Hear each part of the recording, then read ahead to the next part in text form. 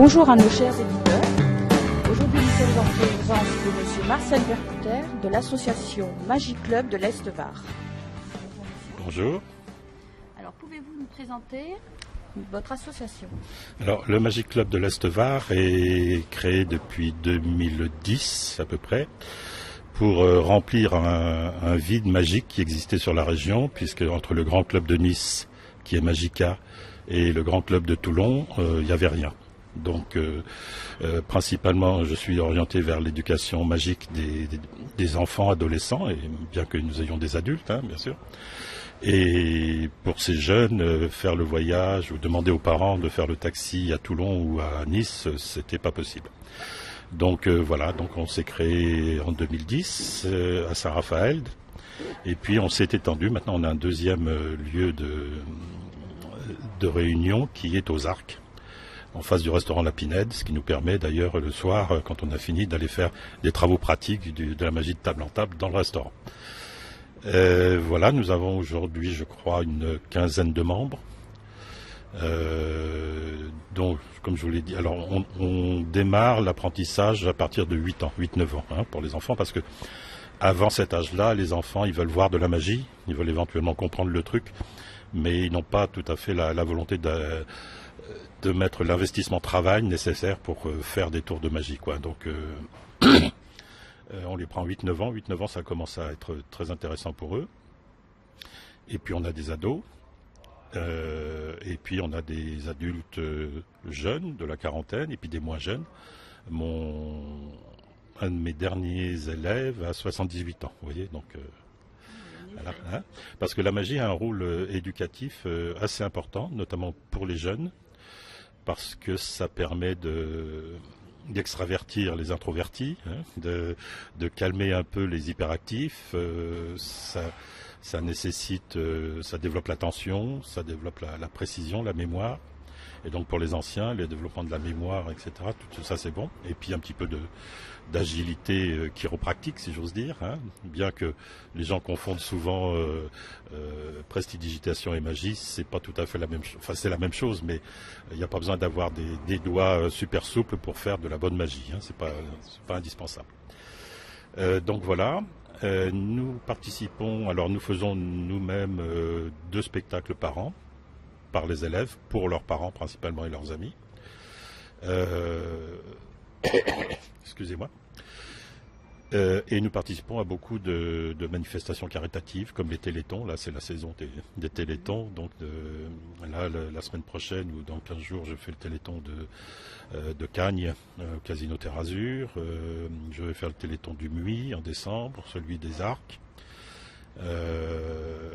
Et puis, nous sommes aussi adhérents de Magiciens du Monde, qui est une association nationale qui essaye de donner un petit peu de divertissement, disons, aux enfants malades dans les hôpitaux. Donc, nous intervenons dans certains hôpitaux à Nice, et je suis en train de développer ça sur le Var, sur ma section du Var.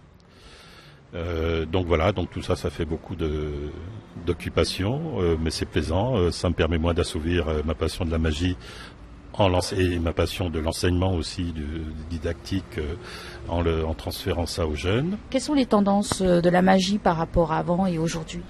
D'accord, alors les tendances, on peut revenir, je vous parlais des chamans et des prêtres tout à l'heure. Il y a en fait 4 grandes phases dans la magie. La phase un peu mystique, politique, je dirais, de la magie, avec les chamans, etc. Il y a eu la phase vers le 15e, 16e siècle, où le premier livre de magie, qui est quasiment introuvable aujourd'hui, a été écrit par un certain Reginald Scott en Angleterre, qui s'appelait The Discovery of Witchcraft. Et c'était la première fois où la magie, je dirais, pratique, a été révélée un peu au public. Alors ça a été révélé non pas dans le but de montrer les trucs ou de les commercialiser, etc. Ça a été fait dans un but humanitaire, en fait. C'est que les gens qui se faisaient prendre à l'époque à faire de la magie des choses très mystérieuses, les gens y croyaient dur comme fer, et c'était des sorciers, et on les brûlait. Donc ce Reginald Scott a dit, si je publie les trucs, les gens pourront prouver devant un tribunal ou devant leurs inquisiteurs que c'est pas de la sorcellerie qu'ils faisaient, c'est de la magie, c'est des trucs, etc. Donc c'était un peu pour sauver des vies qu'il avait écrit ça. Et depuis là, la magie s'est un petit peu, je dirais, démocratisée jusqu'à Robert Houdin, dont tout le monde a entendu parler, Jean-Eugène Robert dit Robert Houdin, et qui lui a inventé, je dirais, la magie moderne. C'est-à-dire qu'il a codifié un petit peu la présentation, les trucs, il a inventé beaucoup de trucs, c'était un horloger remarquable, donc il a inventé plein de mécanismes, d'automatismes, etc. Et on peut dire que c'est l'inventeur de la magie moderne.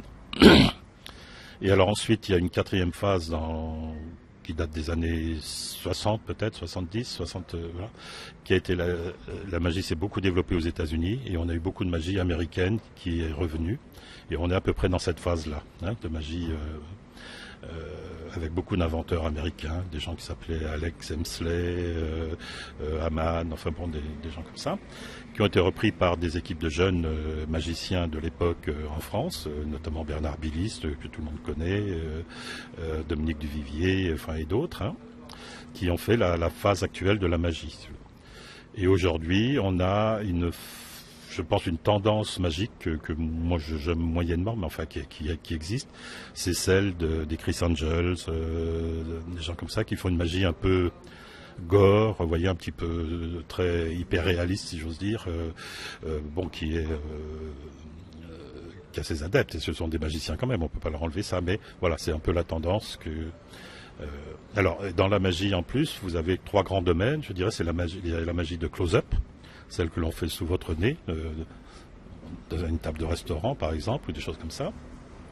Il y a la magie de salon ou de cabaret, pour des petites salles, des petites audiences, et il y a la magie de scène et les grandes illusions, qui sont 3 styles de magie différents. Le close-up peut se faire avec un jeu de cartes, 2 pièces, presque rien. La magie de salon se fait avec des choses un peu plus voyantes, des foulards, des cordes, etc. Et la magie de scène se fait là aussi avec des foulards, mais à une plus grande, mais aussi avec des appareils à transpercement, si j'ose dire, pour transpercer les jeunes filles qui rentrent en souriant dans la boîte et qui ressortent en souriant une fois transpercées, voilà, où elles disparaissent, où elles se transforment en hommes, enfin, etc. Ça, c'est la grande illusion. C'est ce que vous voyez toujours dans la même émission de Grand Cabaret. C'est Dany Larry qui fait ça. Et voilà.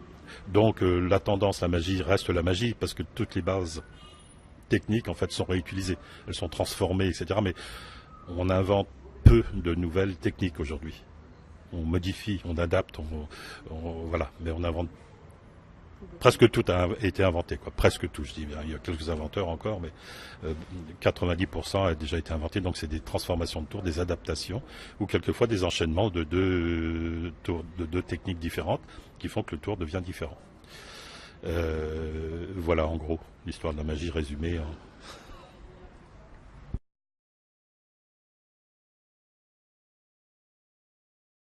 Ça tourne. Que pensez-vous, que pouvez-vous nous dire sur les émissions qui ont été présentées à la jeunesse, comme celle où on voyait Gérard Majax et tant d'autres qui nous expliquaient les petits trucs? Voilà, alors ça c'est ce qu'on appelle en termes magiques le débinage, c'est-à-dire qu'on déballe les trucs, on montre les trucs. Alors dans le cas de Gérard Majax, je dirais, c'est un peu comme la langue d'Ésope, il y a du bon et du mauvais, Le bon, c'est que c'est une émission très divertissante, très, très amusante. Le mauvais, c'est qu'il dévoilait des trucs, mais enfin, les trucs qu'il montrait étaient assez simples, et ça pouvait quelquefois générer des vocations chez les jeunes, en se disant, tiens, je vais essayer ce truc-là, voilà. Mais en général, le débinage, c'est pas bon. Il y a eu récemment, je crois, sur je ne sais plus quelle chaîne, le magicien masqué, là, qui dévoilait et là, il dévoilait vraiment non plus des trucs, là, des petits trucs, mais des grosses illusions, des grandes illusions. Il dévoilait comment c'était fait, etc. Bon, ça, c'est pas bien. C'est pas bien, mais d'un autre côté, je me dis, c'est pas très très grave, parce que les gens qui voient à qui on explique une grande illusion, comment on fait rentrer une jeune fille dans une caisse, qu'on met le feu, ou qu'on la transperce, ou enfin, etc. Et puis qu'elle réapparaît toute souriante au fond de la salle, ou etc. On leur explique, et puis ils disent, ah bah oui, finalement c'est facile à faire, etc.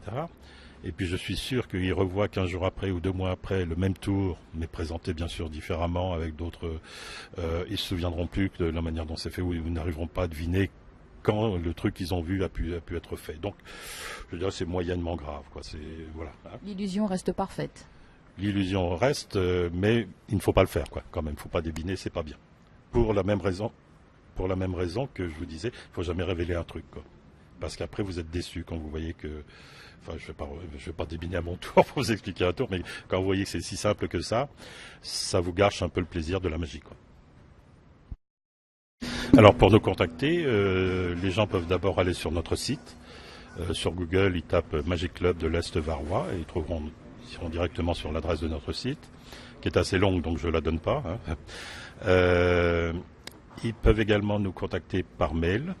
Alors je vous donne le mail, mcev83@gmail.com, ou par téléphone au 06 07 87 07 19.